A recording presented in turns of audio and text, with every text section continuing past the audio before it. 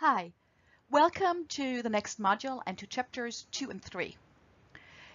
First, let's get started with chapter 2, Scientology, becoming a religion in the 1950s. Dianetics was hugely successful. Here you can see the cover of the first edition. The book claimed many things, but one argument relevant for our class remains conspicuously absent. Dianetics never claimed to be a religion. As Hubbard declared, and I quote, "Dianetic is a science. As such, it has no opinion about religion, for sciences are based on natural laws, not on opinions." This is from page 57. This changed in the 1950s when Hubbard began to see the advantages of achieving official recognition as a religion in order to keep his movement alive. Some point out that Hubbard stated that, and I quote, "the way to become rich was to found a religion," unquote, that, in other words, this move to seeking a status of religion was related to money. But there's a lot more going on. The move, as Urban, our author, shows, is gradual. It has to do with internal tensions within the early Dianetics movement and various challenges to Hubbard's authority. The American Medical Association and the FDA, for example, reacted to claims that Dianetics could effect physical healing. The FDA went after individual practitioners of Dianetics for practicing medicine without a license. And in 1958, the FDA seized and destroyed an anti-radiation sickness medication developed by Hubbard. There was also pretty bad PR. For example, one of his clears with supposedly total recall couldn't remember what she'd had for breakfast. And thirdly, Hubbard introduced past lives into the movement. Eventually, the Dianetics movement, which was centered in Elizabeth, New Jersey, faced financial ruin. It is in reaction to these actions that Hubbard sent out a policy letter in 1962. You can find an excerpt of this on page 62 and 63 of our book. This letter shows Hubbard as an astute observer of the political landscape of his time.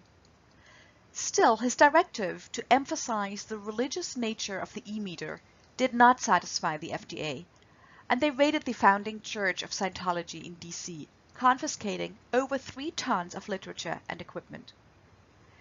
The church eventually settled with the FDA after a decade of battles in court. Hubbard's response to all this was to abandon Dianetics and to stress Scientology as a new separate system of belief and practice. This can be traced back to 1952, when he established the Hubbard Association of Scientologists, abbreviated as HAS, in Phoenix, and when he married his third wife, Mary Sue Whipp, who reportedly helped him name his movement. Hubbard incorporated more organizations, and there were several permutations of HAS under different names and organizational structures. In the mid-50s, Hubbard introduced the Scientology Creed and a language of religion, ministry, and churches. You can see the creed reproduced here.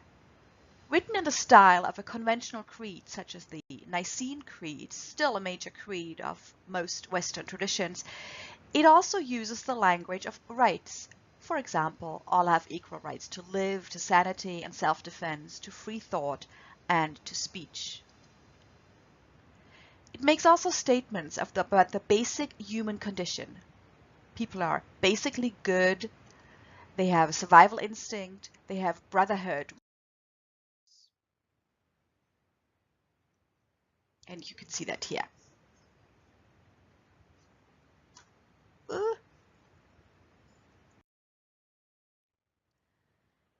Here are some more points of his creed. Answering to critics, Hubbard acknowledged that Scientology should be wary of the invocation of religion, but they should also embrace it as an alternative to modern medicine and psychoanalysis. which was all the rage then. Indeed, they should see it as an opportunity to improve religion. And here is the very last point of the creed, that the spirit can be saved.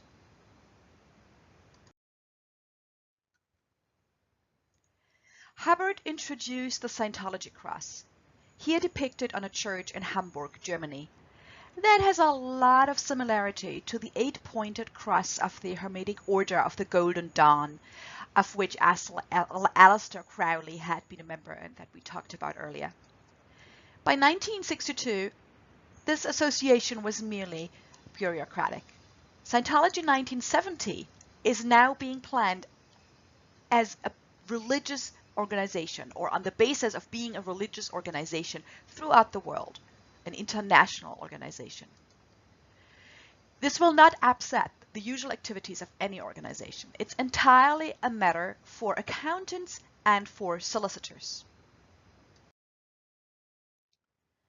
In his effort to remold his movement, Hubbard also reshaped the understanding of the human person as a spiritual person that addresses the thetan. The thetan is immortal.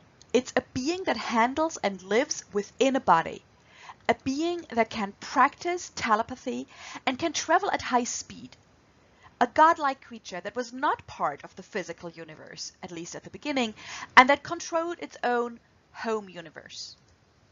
The universe within which we exist, which he calls MEST, of matter, energy, space, and time, is both an illusion and it is a trap. Through the thetan, Hubbard explained in the early 1950s that a person could access not only previous lives, but past lives that went back and beyond the Earth, thousands, millions, trillions of years ago. This seems to have been quite persuasive to many Scientologists of the 50s and 60s. Many of Hubbard's ideas seem related to Gnosticism, that is, a movement of religion that spread through the early church and was eventually outlawed by the authorities, although he never seems to have studied it. Gnosticism is an umbrella term for a wide variety of views that saw a sharp divide between the material world and the spiritual realm. Gnostics claim special knowledge of key truths or of the divine, that is, knowledge that people who have not been initiated cannot access. Hubbard also developed an increasingly elaborate narrative of the history of the universe that he called space opera. You can read much more about this in our chapter, and especially about the mysterious figure of Xenu that was lampooned in a famous 2005 South Park episode. I wanted to play it to you, but Scientology clearly has sued, or at least it's not online anymore and has not been for the last 8-9 months. If any of you find it, please send it to us. Here, I am interested in the ways in which Hubbard played upon the Cold War interest in space travel and alien invaders. In the 50s and 60s, Hubbard elaborated on the idea of the thetan. He developed exercises that help the thetan to leave the MEST universe and to sort of flit through faraway galaxies millions of years ago. This is similar to the astral body, a term Hubbard abhorred, that was then discussed in British and US American occult literature. The astral body, too, could be sent on journeys, and it remained connected to the body by a long, thin cord, similar to what Hubbard described in his book Excalibur. Hubbard's early lectures allowed a person to realize and to unleash the power of the thetan. The thetan can alter the MEST universe and has the ability to create its own universe. Look at these covers from the Scientology magazine Advance. When Hubbard made the claim that Scientology was a religion, he turned not to Christianity, but to Buddhism, and even claimed that he was Mitaya or Maitreya, a messianic figure mentioned in an otherwise completely unknown Tibetan prophecy. As scholars of Scientology have shown, Hubbard made the connection between Scientology and Eastern religions at moments when his emerging movement was particularly under threat, when Scientologists were arrested or investigated. Urban suggests that Hubbard's disdain for Christianity made him move closer to Eastern religions, leading to an amalgam of Eastern ideas of past lives, the cross, and the church. So, you might ask, did he believe in this stuff? Look at the quote on page 87, in a lecture during his Philadelphia doctorate course, where he claims that he was, quote, kidding you mostly, unquote.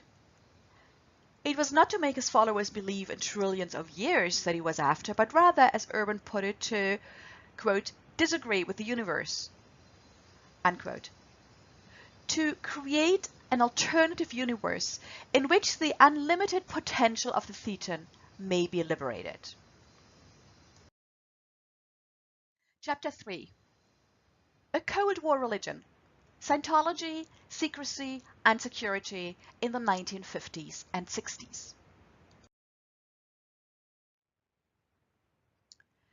Urban shows how Hubbard's growing preoccupation with secrecy and surveillance signals wider trends in Cold War American society that were associated with the fear of communism and nuclear war.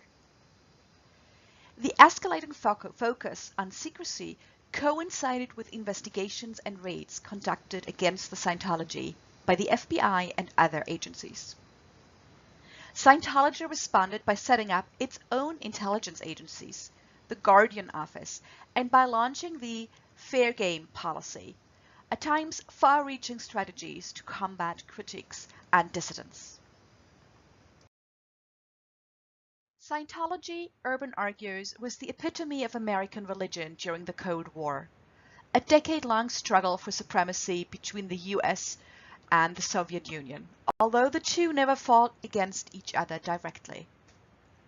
In the 1950s, anxiety arose over the threat of Soviet nuclear armament and led to intense new concerns with information control, secrecy, espionage, UFOs, and communist infiltration.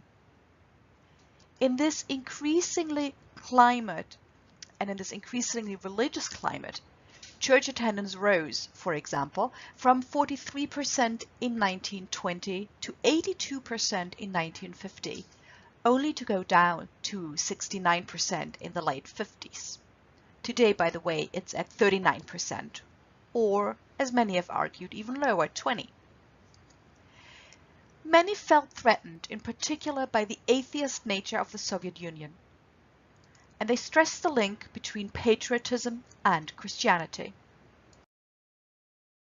In 1966, Hubbard introduced more and more esoteric training in the OT levels, where Dianetics had focused on the goal of clear or optimum in this lifetime. The higher levels of OT gave a follower ever-increasing spiritual powers. You can read the story of Xeno on page 103 and online. Notably, the originally carefully guarded secrets of the story were contained already in a 1977 movie screenplay by Hubbard. In this climate, Scientology too set up networks of secrecy and information control. This included the use of an increasingly esoteric, that is, understandable only to the initiated, language. More alarmingly to many, Hubbard also launched an intensive program of surveillance of enemies within and without the church, declaring some people fair game, that is, they or their property could be injured or even killed. This, not surprisingly, was quickly abolished, in name at least.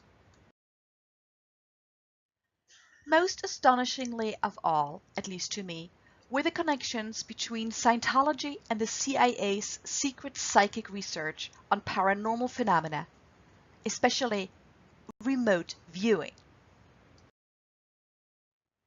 If you like this stuff as well, I suggest you watch the movie Men Who Stare at Goats that traces this program since 1979 and that suggests that the program was reactivated shortly after 9/11, and it's fun to watch.